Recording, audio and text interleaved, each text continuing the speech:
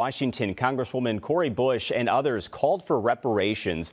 She introduced a resolution calling for the feds to pay descendants of enslaved Africans and African descent.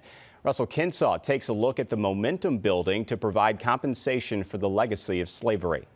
Decided by a majority. Missouri Congresswoman Cori Bush announced her reparations resolution along with other members of Congress on the steps of the Capitol. This is not just a matter of our country's history, but it is a matter for which America must provide reparations if we desire a prosperous future for all. Bush and others said Black Americans face a variety of obstacles today that are the legacy of slavery. All of this can be traced back to hundreds of years of systemic government-sanctioned racism, emanating from enslaving African people for over 250 years. Last month, the Reparations Commission, appointed by St. Louis Mayor Tashara Jones, met for the first time. Over the next year, the commission will study what reparations should look like in St. Louis.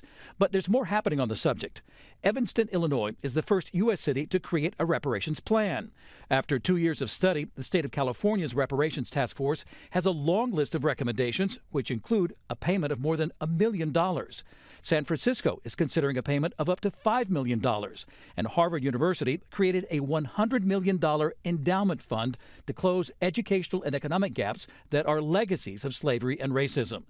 Supporters of reparations say look no further than disinvestment in predominantly Black neighborhoods and Black health disparities to see tangible effects of enslavement and racism that are still being felt today. We know how slavery has perpetuated Jim Crow.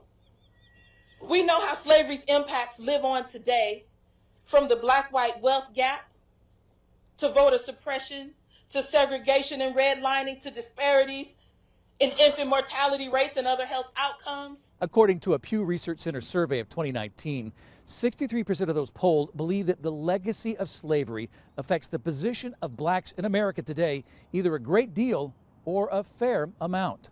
In St. Louis, Russell Kinsaw, News 4.